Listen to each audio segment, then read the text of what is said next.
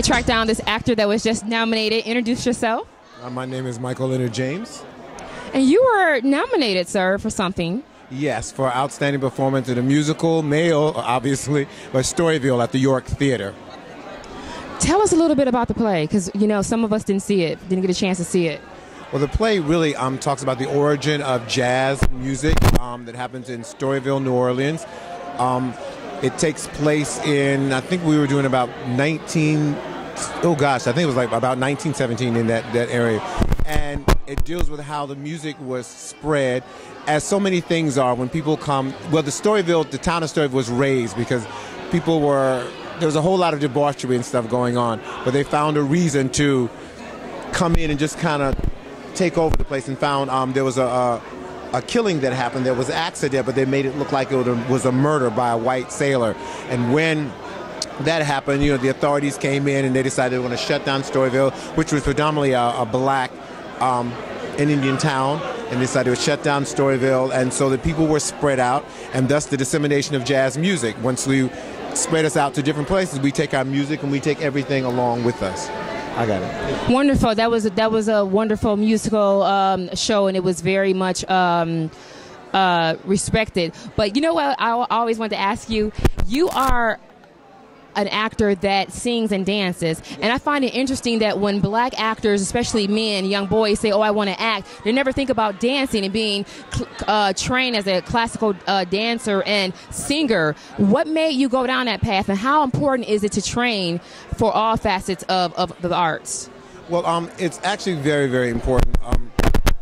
A lot of my work has been straight plays because, you know, you don't have to worry about your voice and what shape your body's in, but there's something about musical theater that brings out a different part of you. And you do have to train. You do have to work very hard. You have to make sure your voice is in good shape. If it's a musical, then you need to get rest, because I can act and be tired. But if I'm tired, singing doesn't come out quite so well. You know, you have to make sure you can sing low notes. But Miley Cyrus? Uh-oh. No, any twerking involved? Just kidding. No twerking. This was not the period of twerking, thank God. But it was a wonderful opportunity, like I said, to be able to showcase. We didn't do classical in this particular show, but your training still comes in being able to endure, and your vocal training comes in being able to. I think we did like 7 shows a week. You got to be able to crank that out each time, and each time like it's your first, and be able to give people everything. 7 shows. There's nothing, though, like musical theater. You know, being able to act, sing, and dance. And at one point, I was supposed to be playing the trumpet. You know, what? You're playing the trumpet. Did you know how to play the trumpet before? No, I did, and we were trying to figure out how to do that, but then they decided to let the band player, because the other character that I was up against didn't play the trumpet, so they decided to let the band trumpet play for both of us, rather than have me play and have him play. But I could have, and I was ready to do it. Wonderful, and I want to just get. Let me hold this wonderful. Get a shot of the ensemble. Oftentimes, you know, chance to check out the ensemble, but this man, you can hear my voiceover and just check out the outfit. You are stylish, brother. Thank you. Who made you up today? Was it your lovely wife? Who made you up today? Oh. Let's come in here, wife. This is my queen. This is the reason why I went to do Storyville. As I said, I wasn't auditioning. I just didn't want to go through the changes of auditioning and not getting it or going back and forth. And she said, you go back and you call your agent back and tell her, yes, you will. You know, you will audition for the show. And I did and got it. It was a wonderful, wonderful experience. And here's the results of it.